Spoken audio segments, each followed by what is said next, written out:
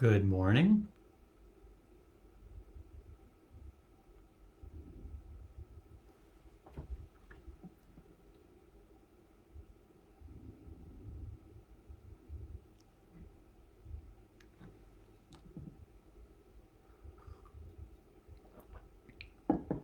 We'll get started in just a minute.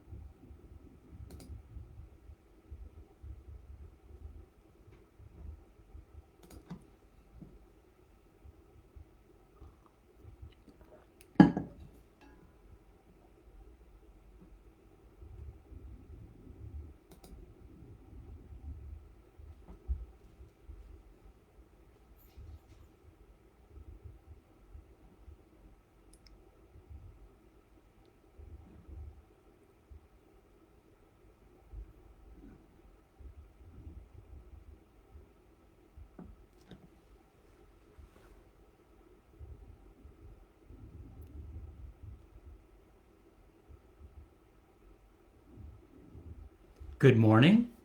I'm Sunnyvale Mayor Larry Klein. Thanks for joining me again this week. Happy Friday. I hope everyone had a good Easter weekend last weekend.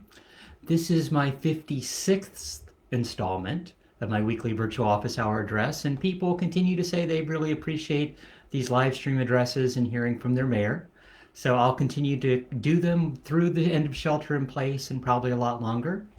We've now reached 389 days after the March 16th, 2020 county health order started the shelter in place in an attempt to really slow the spread of the virus and kind of change the world for all of us. So since that first declaration, a lot has happened. More seems to happen almost every day. And, I thought a year ago it'd be great to start these live stream addresses and haven't missed a Friday since all this began. So these virtual office hours are really great because they allow me to give you some updates, answer some of your questions, and of course, just provide some general words of encouragement. You know, thank you for allowing me to continue to represent you and work for Sunnyvale during ever changing and difficult times for many. I hope everyone's doing well, staying healthy, getting out and enjoying the good weather. But please remember to take care of yourself, both physically and mentally. These are not easy times, and things are looking better, definitely. But keep following the county health orders. Do your part to stop the spread of the virus. Wash your hands. Don't touch your face. Make sure that you maintain safe social distancing when you're out. Wear your mask, of course, and get your vaccination when it's time. That's really important. So let's go ahead and move to talk about what's happened at the federal, state, county, and city level over the last 2 weeks or so.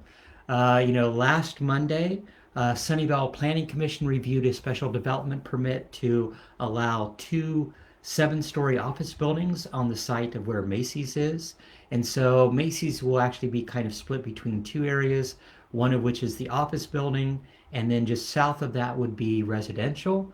And so the office building, and all of it has retail along the bottom, but the two new office buildings that were approved has about 50,000 square foot of retail, 22,000 square foot of flexible space, and 37,000 square feet of shared services. So, and there will be two levels of below grade parking. They've kind of opened up South Francis, or Francis, kind of continuing south from the Caltrain station and leading on into Redwood Square. So it kind of makes a pedestrian zone there that doesn't exist right now, that kind of dead ends into Macy's when Macy's was built so many years ago.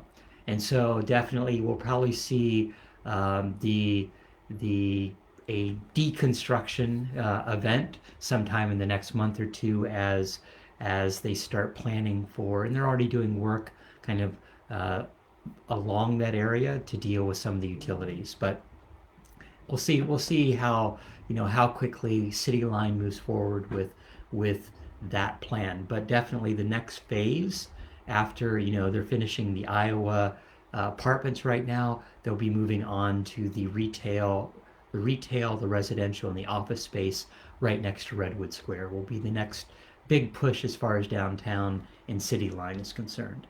Last Tuesday, City Council met, and at 5 p.m. there was a 2-hour study session on Moffett Park, and it was really to focus on potential land use concepts.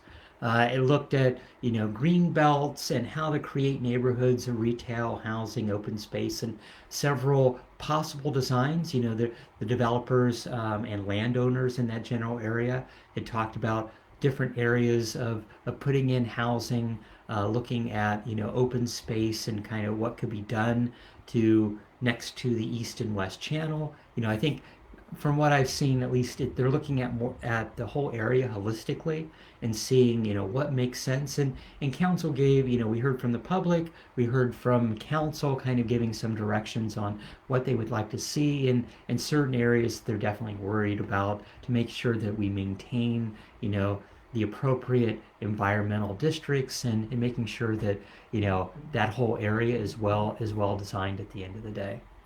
And then as far as general business is concerned, we had several special orders of the day. April was Fair Housing Month, so we celebrated that. Housing is always very important in Sunnyvale. Library Week is this week, April 4th through the 10th. So this week there have been several virtual events. You can go to the library website and find out what they are. There's still a few more occurring, including story time with the mayor. So I read one of the books earlier this week, or in preparation for story time. And then April was also Poetry Month, and so Catherine Lee, a sophomore at Fremont High School, recited one of her poems. So she's an avid poet, and it was actually good to have a little more levity, a little more kind of artfulness at the council meeting. So it was a great way to kind of start and kick off April, and some of the special orders of the day that are part of April. And as far as general business, we adopted a resolution denouncing anti-Asian hate in response to all the events in the Bay Area and around the nation that have happened. And we will talk a little bit about that more, because we had our Unity event on Wednesday of this week. And last Tuesday, we also introduced an ordinance establishing our public process for redistricting. And so the applications should be available sometime next week, with a deadline of getting those applications of June 1st. So that kind of laid out a committee of 7 members, of which there will also be 6 alternates, 1 for each district. And so we'll see, hopefully we get a good amount of people applying, and we can get a lot of feedback as far as that's concerned. Let's see, we also approved the distribution of our community development block grants. And so that includes $50,000 to We Hope, which does portable showers, laundries, restrooms at Trinity Church. We also gave money to the Rosewood Family Health Network for COVID-19 testing and vaccinations.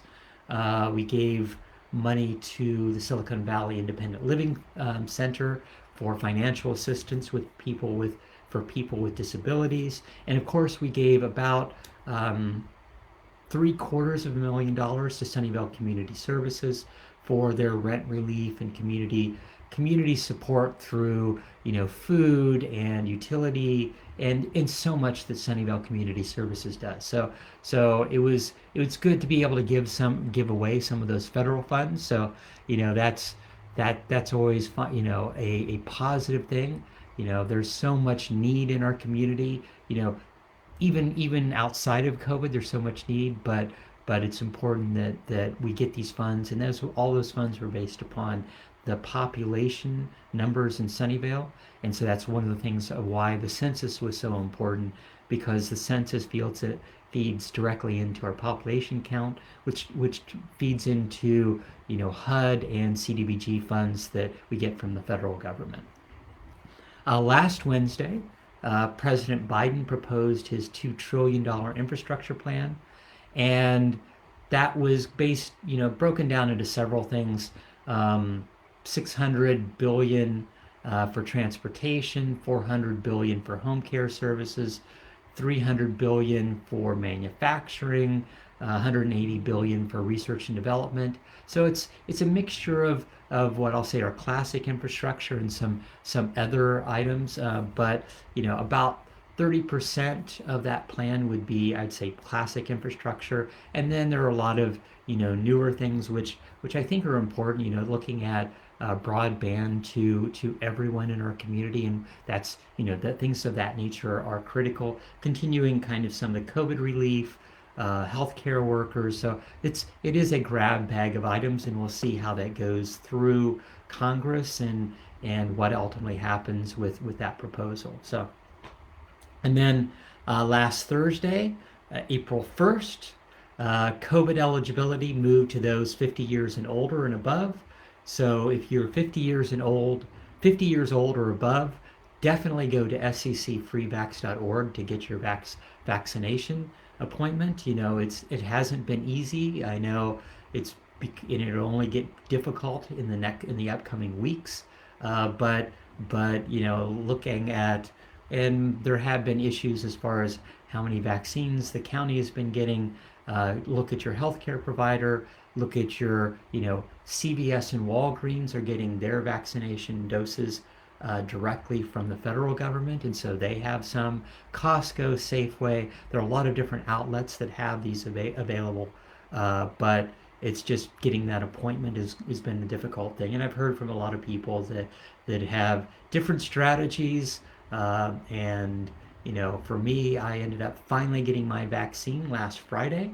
So I got mine through Walgreens. Yes, I'm part of the over 50 crowd, and so was happy to get my J&J vaccine. I have a slightly sore arm, but no side effects. So happy to get that vaccine, and hopefully we'll be moving back to some sort of normal sometime soon. Last Thursday, from a state standpoint, Governor Newsom got his Johnson & Johnson vaccine in LA County. He did his normal press conference, and Mayor Garcetti was there. And a lot of comments about making sure that the vaccines were based upon equity, and making sure that we get the vaccines to everyone who wants one as quickly as possible. But all of it has to do with the availability of the vaccines at the end of the day. And then last Thursday, from a county standpoint, the county health department raised issues about new variants. Dr. Cody announced, more contagious variants are here in the county, in the Bay Area, around California. And, the state adding eligibility to those 50 and older added about 370,000 more eligible people and in the county. And so definitely getting those vaccines is becoming a lot harder, but be patient. Definitely be patient. We just don't have enough vaccines yet. The county is is distributing them as quickly as they have them, and they work with the state to make sure that they have some say on how those vaccines are coming into the county. But between Kaiser and PAMP and Stanford and all the healthcare providers, they are getting vaccines, but we're just not getting them out as quickly as we would like to see them. It's just the supply is the biggest deal. And then as far as Tuesday of this week, Governor Newsom announced that we should be fully open from a state standpoint by June 15th. So his blueprint for a safer economy plan with the four-tier plan, four different tiers, will ultimately be scrapped. And so we'll see how that goes. We'll see whether or not where we stand on June 15th. But that full reopening is really contingent upon two different things. One of which is the California COVID vaccine supply is sufficient for all adults to receive that vaccination, and that hospitalization rates remain stable, relatively low. That is kind of the big thing. The measure of how of what the effects of the foreseeable future will need to be measured. We'll see where we stand on June 15th. It looks like a state mask mandate would still be in place. That is the most powerful way to combat combat the spread of the virus. So we'll see. California has administered on Tuesday more than 20 million vaccine doses, and 4 million of those have gone to communities hardest hit by the pandemic, and that mainly is Central Valley. That's LA County. So and more than 30 million Californians are expected to receive at least one dose by the end of this month. So all that is positive news as far as vaccinations and coming back to a new normal at some point. And then on Tuesday evening of this week, Sunnyvale City Council met, and we started with a good discussion around Sunnyvale's response to the unhoused.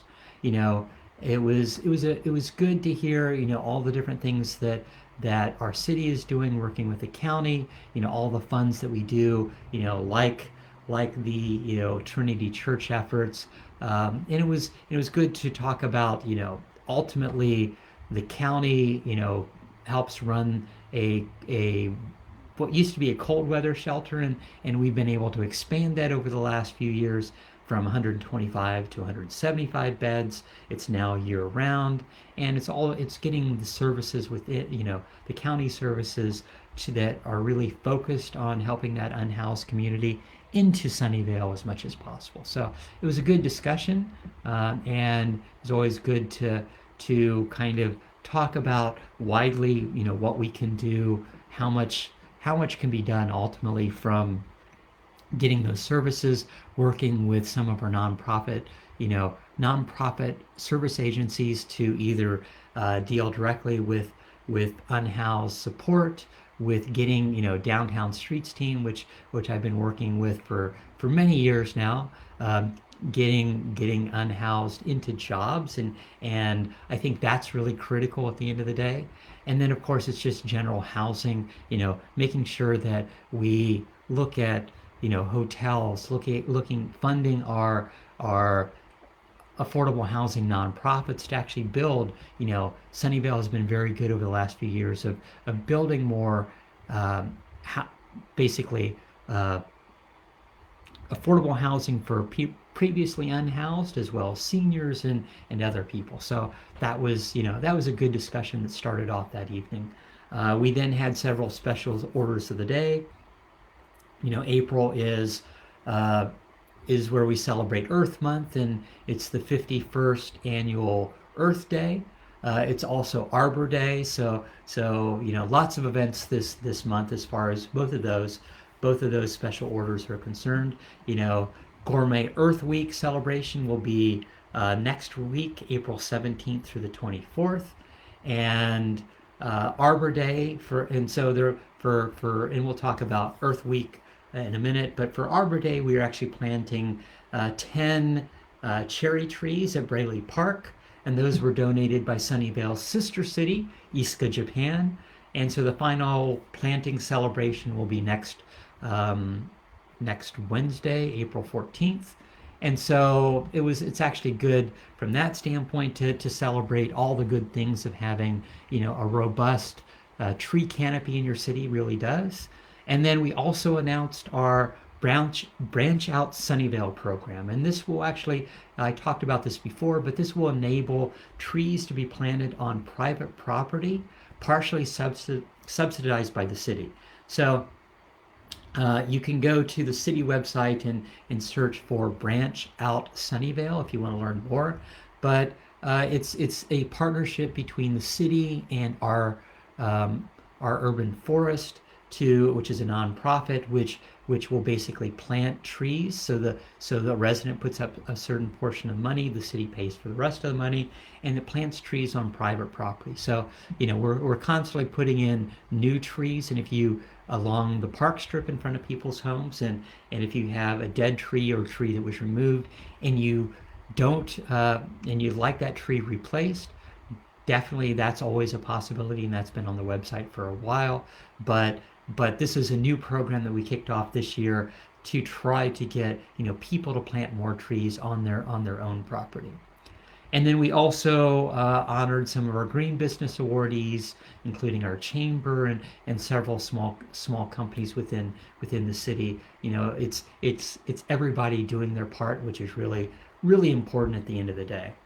And then as far as general business, we directed staff to develop a ordinance to reduce the impacts of single-use plastic foodware and condiment containers.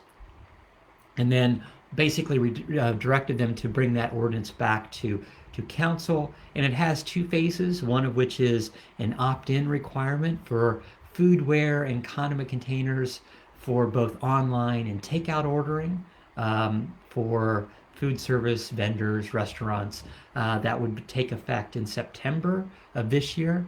And then phase two would require, so the first one is an opt-in requirement, and then phase two is a requirement that all food service businesses provide single-use plastic foodware and condiment containers only upon request for in-store as well as takeout. So, and that would take effect in June of 2023. So it's pushing those envelopes. It's first trying to change, and a lot of restaurants purchase large quantities of these items. So it's something that you don't want to put in effect immediately, but definitely you want to phase it in so that they don't have to immediately discard all their items.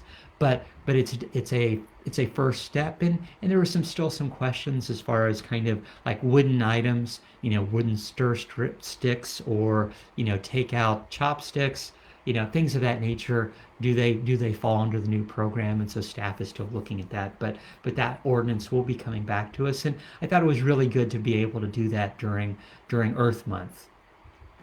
And then on Wednesday of this week, Lawn Starter ranked Sunnyvale as the most relaxed city in the United States. And so the Lawn Starter compared 190 of the biggest cities in the U.S., over 57 key indicators. And I was actually impressed with the amount of different areas that they looked at. They looked at everything from depression rates to number of adults with high blood pressure, to the average length of the workday, retired people, all the different sort of things that, how active the residents are, and Sunnyvale ranking first really made a lot of sense. I was happy that we ended up at the top of the list. It's always good to get those accolades. They're depending upon how a specific rank is for a specific year. You really don't know how they'll go, but we have beautiful weather, we have wonderful parks. It is definitely a highly desirable place to live. And I was actually interviewed last night by Will Gans of ABC News. So you might see me on Good Morning America sometime in the next week or so. They thought it might be that broadcast today, but of course the news is filled with Prince Philip's passing. So I think definitely I got bumped, and we'll see if it ever actually makes it. But it's always good to publicize, Sunnyvale, especially around the nation, of all the good that happens here, and what a great place it is to live. Um, and then on Wednesday evening, Sunnyvale had our unity event for AAPI Solidarity, and I think it was a really great event, and I've attended a lot of these events in the last few weeks, either been part of them or listened to them, and it was good that Sunnyvale, we took a resolution last week, but it was good to have a real dialogue in response to the alarming increase of anti-Asian hate that's happened across the country since COVID-19 pandemic began, but also just with the high-profile hate crimes that occurred in the Bay Area, and then the mass shooting in Atlanta is really heightened the fears in our AAPI community. So Sunnyvale really takes pride in the diversity of the people that we have here, and it really makes a great city. And I think we're better because of that diversity. But that virtual gathering was really good because, and I want to commend Jackie Guzman, our deputy city manager, for organizing it, bringing in the speakers, and managing and emceeing the event for the evening.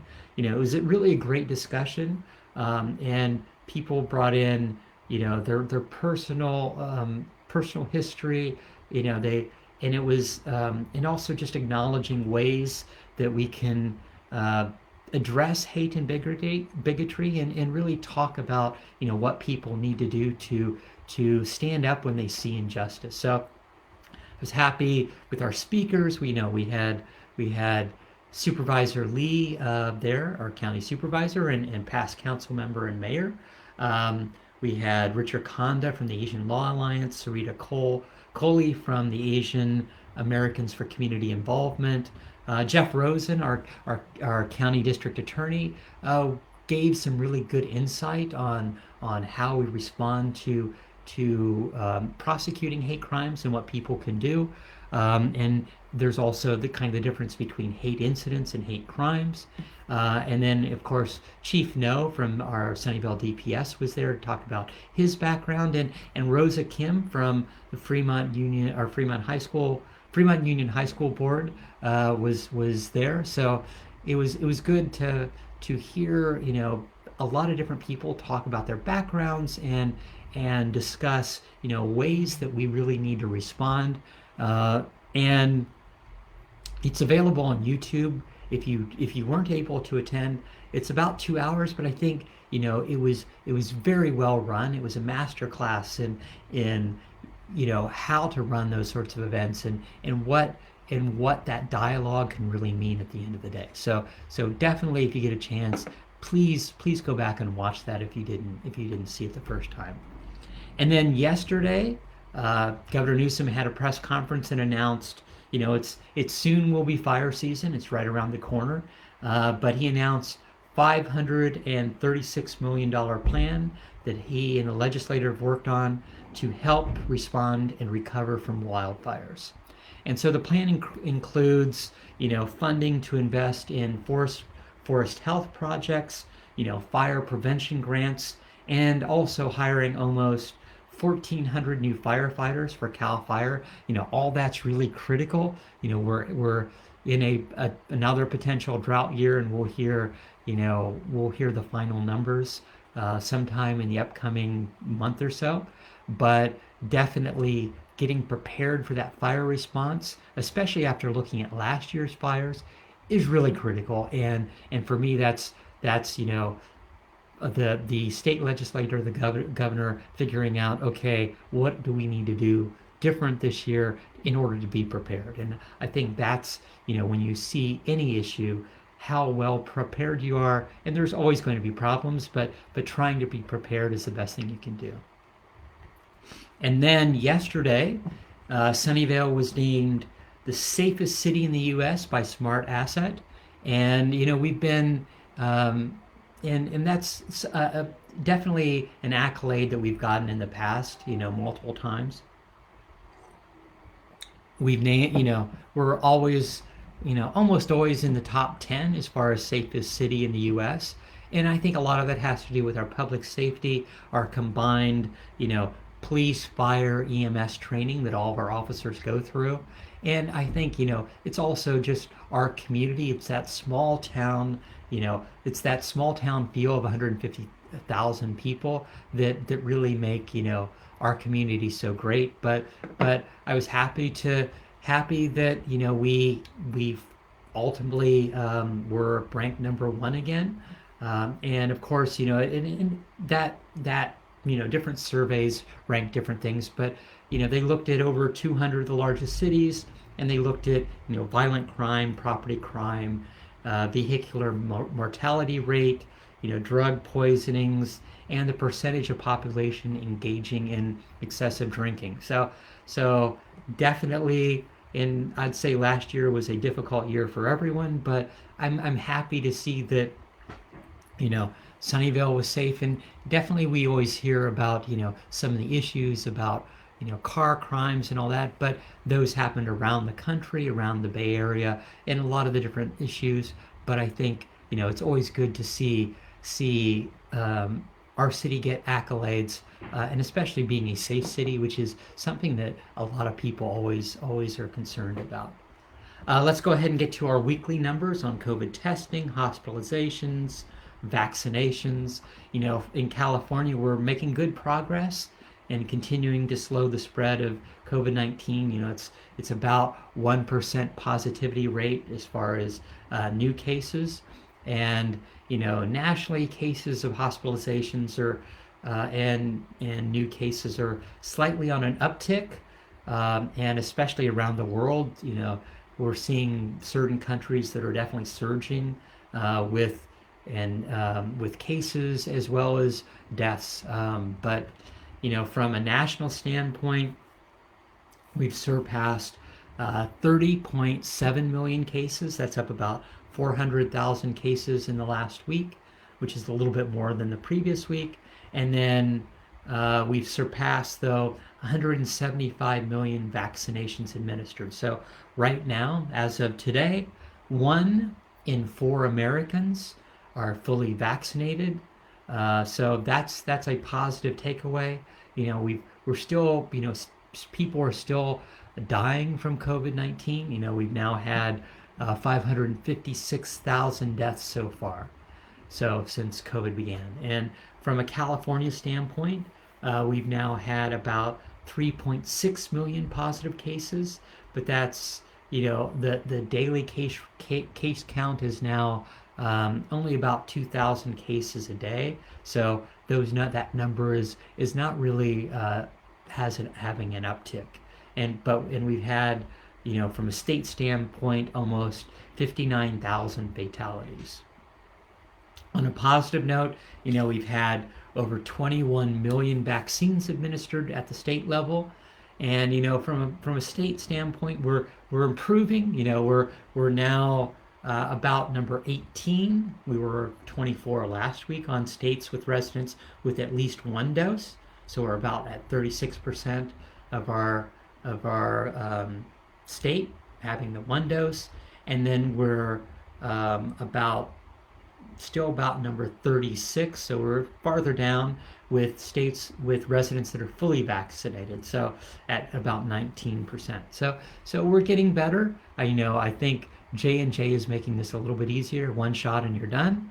There, of course, the number of J&J vaccines that are being distributed next week is dropping down a little bit because of some manufacturing problems that happened last week. So ultimately, it's looking better, but there is kind of this ever fluctuating amount of vaccines, and how many doses we're getting from my state, county, and city level, of course. As far as the number of new cases for the county, it continues to trend downward. We've had a little uptick, and it's kind of maybe stabilizing. So right now we've had 115,000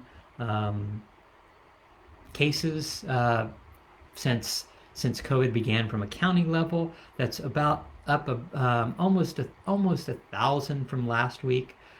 So we've had about 800. So it might be a slight uptick from a county level. We've had 1,972 deaths, about 30 in the last week, and we currently have about 96 people hospitalized due to COVID. So that's down from 105 from last week. So we're seeing, kind of a leveling off, maybe, some things going down, some things kind of upticking slightly, but in general, it's kind of leveled off too from a county level. From a city level, San Jose continues to be, the big numbers as far as case counts. So they've had 76,000 cases of COVID-19, and that's up about another 500 from last week. And so they're about 500 a week. Sunnyvale's now had 5,300 or almost 5,400 cases. That's up about 40 since last week, and that's down from 60 the week before. So we're in the 40s, 50s, 60s. That's kind of where we leveled out from our city standpoint. I continue to do a lot of advocating on your behalf, on our city's behalf. From a county level, we have weekly meetings to talk about all the different issues. And we've had our discussions with the county supervisors from a testing standpoint. The mobile county health pop-up van is back in Murphy Park on the second and fourth Monday, so they'll be back here this upcoming Monday, April 12th, from 9:30 to 4 p.m., and then back on the 26th. So you just have to go to sccfreetest.org and sign up. And definitely we're seeing people not getting tested as much, and it's still important to get tested if you think you've been exposed. As far as getting vaccines, reduce the possibility of you getting the virus. That being said, even if you still have a chance of actually contracting COVID-19 even without that. And not everyone's been vaccinated, as we've said.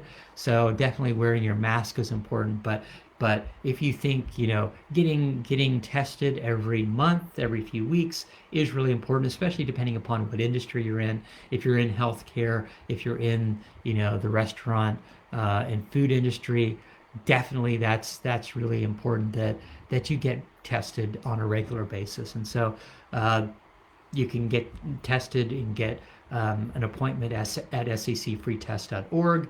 El Camino Health was also here this past Tuesday in order to test people in the district. And so they were at Murphy Park. And so they're coming back every month or so to test people who live, work, or go to school in our district. And so thanks to El Camino Health for doing, that in our city. And of course, the county mobile vaccination clinic was at Columbia Neighborhood Center on Wednesday, and they had 50 doses to distribute to those in need.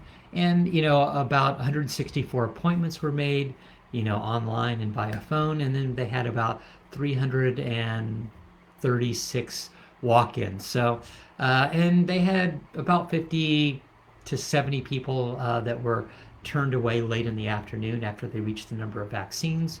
And we'll be looking to doing more of those pop-ups. It's mainly to focus on some of the communities in need that haven't easily been able to get to a clinic or get an appointment. So and those, we don't highly publicize those, mainly because 500 vaccines go very, very quickly. But you can always register to get the vaccine or get more information at sccfreevax.org. El Camino Health has also been doing a partnership with the city and LinkedIn to do a vaccine distribution point at one of the LinkedIn locations near Maud and Mary. And so that's really important that they're stepping up. It all has to do, of course, with the number of vaccines, and so that is still the limitation. but they're one of the listed providers when you go to sccfreevax.org in order to get your appointment. So definitely, as a reminder, um, we're less than a week away from April 15th. And at that point, residents 16 and older will be eligible to get vaccinated. So at that point, even more people and a large portion of our county's population will then be eligible to get the vaccine. So if you're senior, if you're over 65, which was the first group, if you're over 50 and haven't been able to get your vaccine yet, please make an appointment as soon as possible. This will be, those online vaccination websites will become even more harder hit starting next week, when people, everyone over 16, or everyone 16 years of age and older will be available to get that vaccine. So, yes, do what you can to get vaccinated as quickly as possible. Next, I wanted to announce some of the upcoming events. And so we talked about Sunnyvale's Unity AAPI Unity event that we had on Wednesday night, and that was virtual. There will be two events this weekend. Saturday at 1 p.m., there will be an anti-Asian hate rally at the Cupertino City Hall, followed by a slight march afterwards. And then Sunday, there will be an Asian American and Pacific Islander march and rally in Mountain View at the Mountain View Caltrain station from 3 to 5 p.m. So definitely, if you're able to attend those, everyone needs to be masked. Everyone, it is a safe event, but it is good to be out, to be, definitely social distancing is required, but it is important to stand up in solidarity for some of the hate crimes against the Asian community that we've seen, over the last year, but especially over the last month or two, especially here in the Bay Area. And then Earth Week is April 17th through the 24th. And of course, the city has a big virtual celebration. So there are, I think, 9 different online events, all kind of circled around food, and we'll be looking at growing, cooking, eating, composting during our, what I'll say is Gourmet Earth Week. And there will be lots of events. So if you go online and search for Earth Week on the city website, you'll find out more. That includes, a cooking competition that will be on induction stovetops, and that will be a competition between the mayor and city staff. So that should be good to highlight, how easy it is to kind of move to induction cooking. And there's actually, if you're interested in that, there are induction burners that you can actually check out from the library. So there's a whole try it out and see how well you like doing induction cooking. There's this talk by Eric Zimmerman on climate reality and what you can do to help the impacts, and part of that is food and looking at solutions. Chef Tony from Goomba's Italian restaurant will be showing kids how to make their own pizza.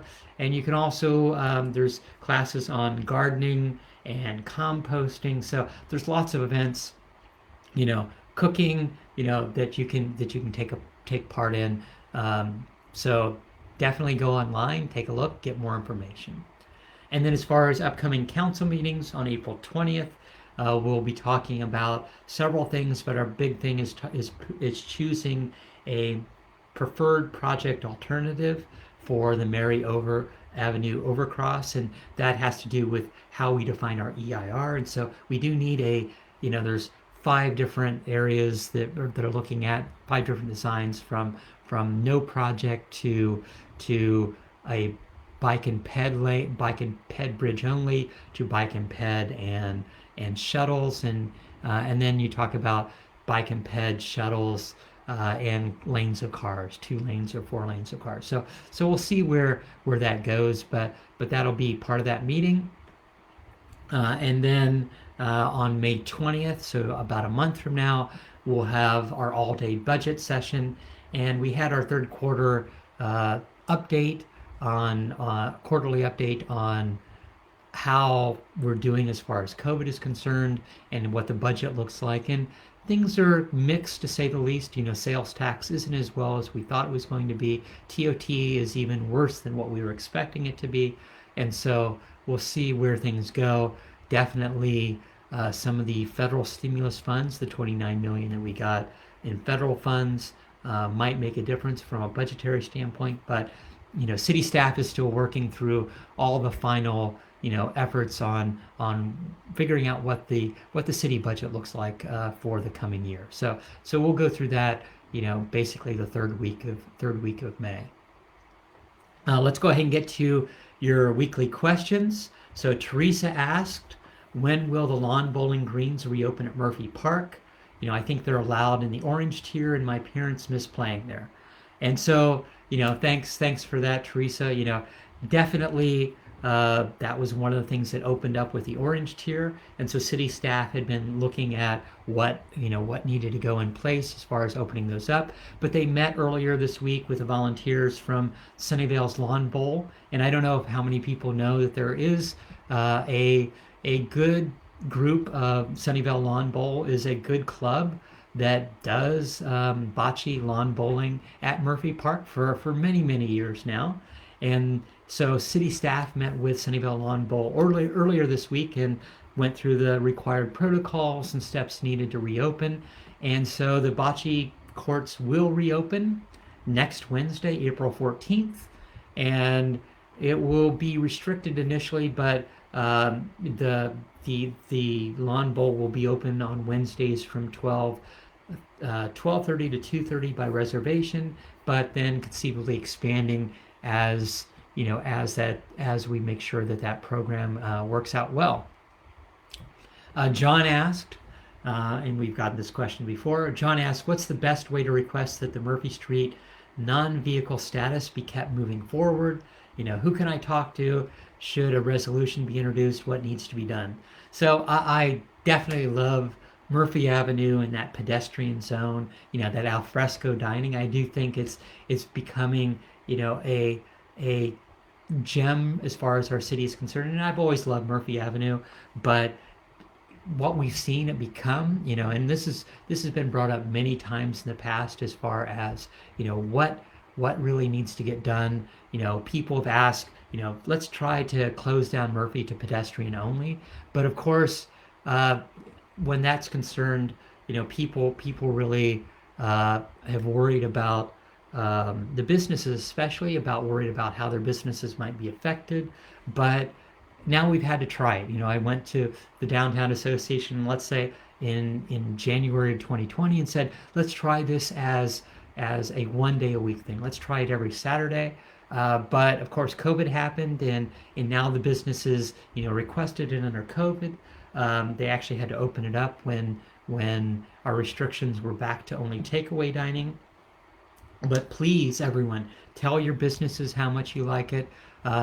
You can also contact the Sunnyvale Downtown Association and tell them. I've already been working with them, but it's always good to pass on their remarks to them, because they'll be putting that request into the city. It's not something the city would impose without the businesses, that it's directly affecting them in their business district without them actually putting that request in. So that's one of the important things. And then Dave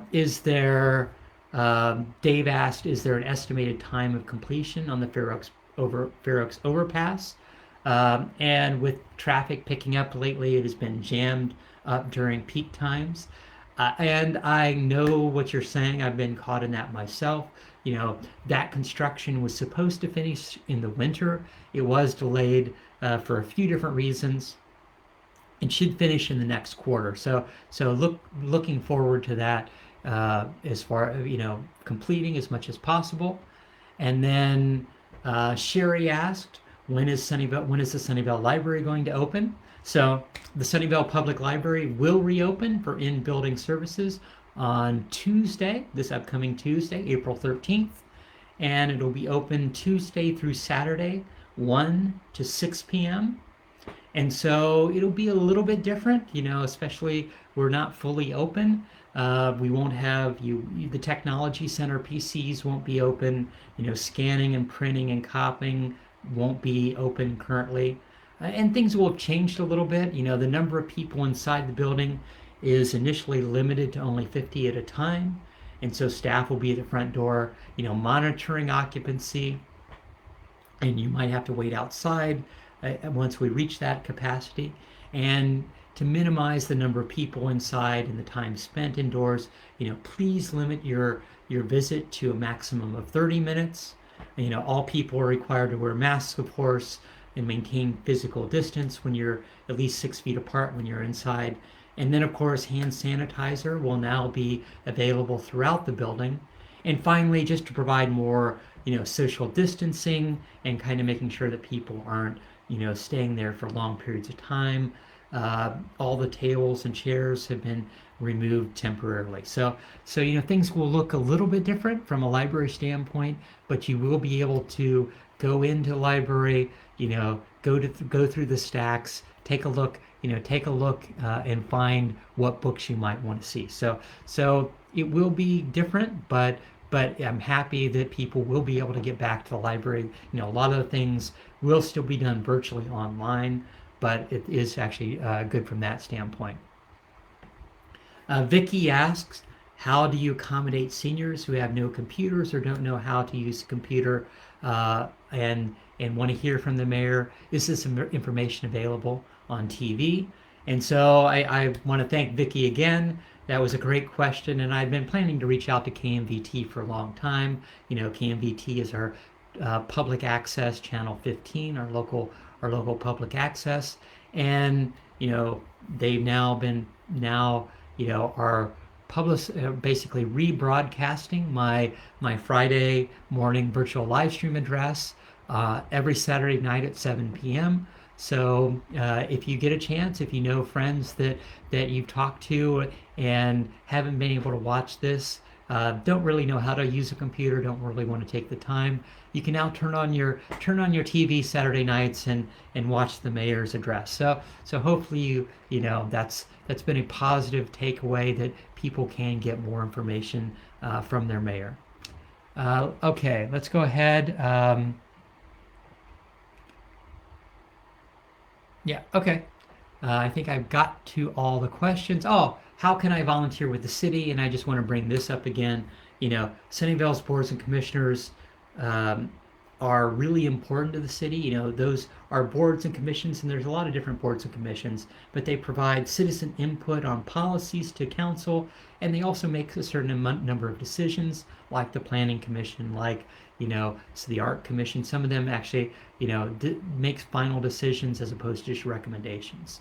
But it's a volunteer organization, and recruitment is currently underway for lots of open positions, either the art commission, the bicycle pedestrian advocacy commission, board of building code appeals, the board of library trustees, the heritage preservation commission, housing and human services, parks and rec, personnel, planning commission, sustainability commission. So if any of those sound interesting to you, you can go online and look for boards and commissions at sunnyvale.ca.gov, and the application deadline is Friday, April 30th at 5 p.m. So definitely, if you're always thinking about getting involved, this is one of the great ways. It's minimal effort. It's usually 1, maybe 2 nights a month, and it also kind of gets you more active in Sunnyvale. Sunnyvale operations. It helps you get to know city staff and hear from some of the residents. So I think definitely some positive things as far as that's concerned. Okay, so I want to thank you again for joining us this week. I think it's really great to be able to have these live stream events every week. it's really makes it's helped me, get the words out. I think as always, I just want to say I'm proud for Sunnyvale's response to the pandemic. Life continues to be difficult for so many of us. New issues come up, but your actions really make a difference. Definitely wear your mask, get your vaccine, but continue to try to help others, especially during these difficult and sometimes trying times. I'm proud to see Sunnyvale residents pulling together to help others in need. You know, uh, from a city standpoint, I really am happy to see people trying to kind of rebuild that social network. If you're out on a walk, wave, say hello, from a safe social distance. People miss that interaction, but ultimately Sunnyvale will emerge from this as a stronger community. We're in this together, and we will get through this together. Thanks for listening. To everyone, please wear your mask, stay safe, get vaccinated when it's your time, and have a good week. Until next week, take care. Goodbye.